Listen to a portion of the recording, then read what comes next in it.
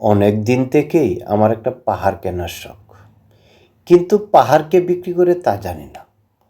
যদি তার দেখা পেতাম, দামের জন্য আটকাতো না। আমার নিজস্ব একটা নদী আছে, সেটা দিয়ে দিতাম পাহাড়টার বদলে। কে না জানে পাহাড়ের চেয়ে নদীর দামই বেশি। পাহাড় স্নানু, নদী বহমান, তবু আমি নদীর বদলে পাহাড়টাই কিনতাম, কারণ আমি ঠকতে চাই। নদীটা অবশ্য কিনেছিলাম একটা দ্বীপের বদলে। ছেলেবেলায় আমার বেশ ছোট্টখাট্ট ছিমছাম একটা দ্বীপ ছিল, সেখানে অসংখ্য প্রজাপতি। শৈশবে দ্বীপটি ছিল আমার বড় প্রিয়। আমার যৌবনে দ্বীপটি আমার কাছে মাপে ছোট লাগলো। প্রবাহমান চিপচিপে তন্নি নদীটি বেশ পছন্দ হলো আমার। বন্ধুরা বলল, ওইটুকু একটা দ্বীপের বিনিময়ে এত বড় একটা নদী পেয়েছিস, খুব জিতেছিস তো মাইরি। তখন জয়ের আনন্দে আমি বিহ্বল হতাম। তখন সত্যি আমি ভালোবাসতাম নদীটিকে।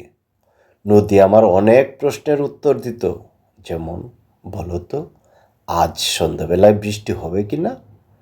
সে বলতো, আজ এখানে দক্ষিণ গরম হাওয়া, শুধু ছোট্ট একটা দ্বীপে বৃষ্টি।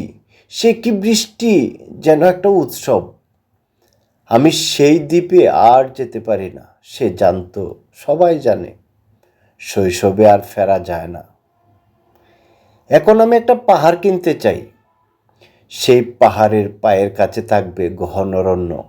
আমি সেই অরণ্য পার হয়ে যাব, তারপর শুধু রুক্ষ কঠিন পাহাড়, একেবারে চূড়ায়, মাথার খুব কাছে আকাশ, নিচে বিপুলা পৃথিবী, চরাচরের তীব্র নির্জনতা।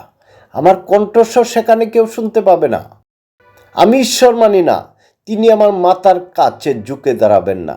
আমি শুধু 10 দিককে উদ্দেশ্য করে বলবো, প্রত্যেক মানুষই অহংকারী। এখানে আমি একা, এখানে আমার কোনো অহংকার নেই। এখানে আমি জয়ী হওয়ার বদলে ক্ষমা চাইতে ভালো লাগে। হে 10 দিক, আমি কোনো দোষ করিনি, আমাকে ক্ষমা করো, ক্ষমা করো, ক্ষমা করো।